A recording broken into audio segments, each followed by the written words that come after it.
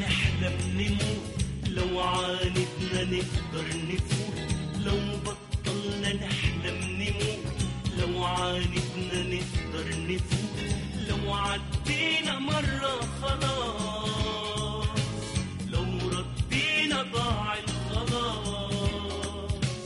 حبة صبر حبة حماس، يبقى الحلم صورة مصورة. لو بطلنا نحلم نموت،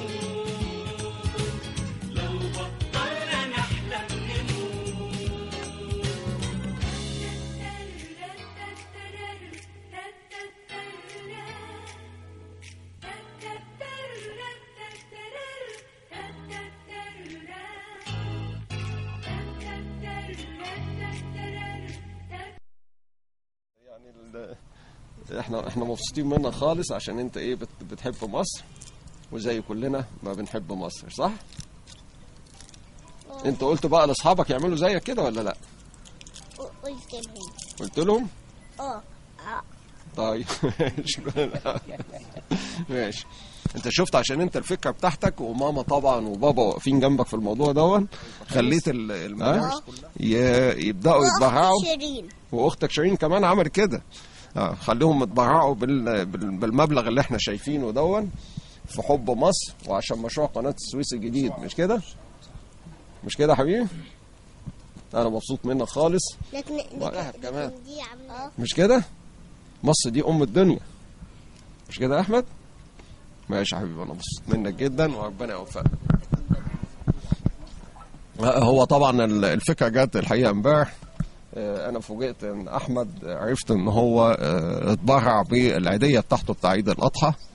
الحقيقه الفكره دي لقت قبول هناك من رئيس القريه، تبناها مع بعض المدارس هناك، خاصه مدرسه الشهيد عارف.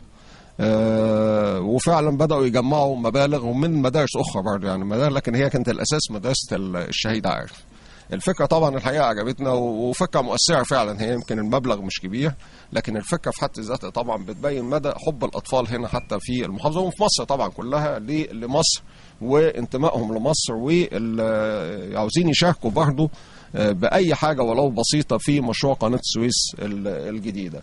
احنا الفكره دي هنعممها ان شاء الله. اتفقت مع الاستاذ عماد شاكر ان احنا نعممها على كل المراكز والقرى، وكل واحد اللي يقدر يبقى فيها صندوق اللي يقدر يتبرع بيه، ان شاء الله حتى بجنيه، ان شاء الله باي حاجه، يعني ان شاء الله باي حاجه رمزيه، بس يحسوا كمان ان هم شاركوا فعلا كلهم. وممكن خلي بالكم برضو ان ممكن الفكره الطلبه او التلاميذ الصغيره يكون عندهم ناحيه نفسيه، هم نفسهم شايفين وسامعين قناه السويس وسامعين مصر وسامعين الكلام ده كله، لكن مش عارفين يعبروا ازاي او يشاركوا ازاي. فاحنا لما نوصل لهم الفكره دي يبقى بنحل لهم المشكله بتاعتهم في التواصل مع الاجهزه التنفيذيه، التواصل مع الدولة، إحساسهم بالانتماء إن هم فعلا شاركوا، حتى لما يشوفوا في وسائل الإعلام قناة السويس الشغل اللي شغال فيها دلوقتي بالإنجازات العظيمة اللي موجودة هناك دي دلوقتي، يبقى هو عارف هو حتى بيشارك في إيه بالظبط يعني. فان شاء الله احنا بنتمنى ان شاء الله الفكره، واحنا انا يعني حتى قلت برضه لازم نعممها على الموظفين حتى التنفيذيين بصفه عامه. اي واحد طبعا يقدر يشارك يبقى كويس ان شاء الله يعني، باذن الله ان شاء الله. عايز تقول ايه؟ حاجه بمناسبه قناه السويس. لا قول تاني بصوت عالي بقى، قصدك بصوت عالي قوي. وبحب انكل السيسي. انكل السيسي بحب مصر.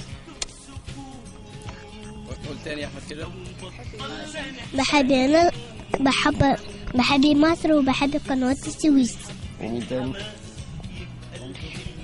انكل السيسي. بتحب انكل السيسي ليه بقى؟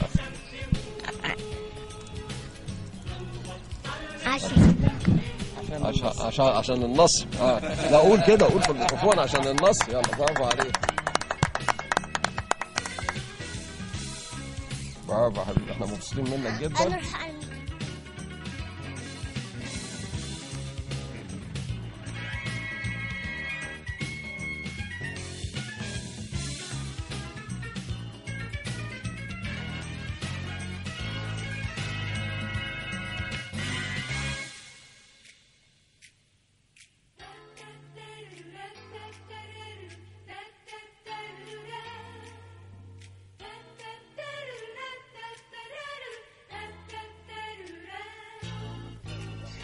عشان تجيب فلوس.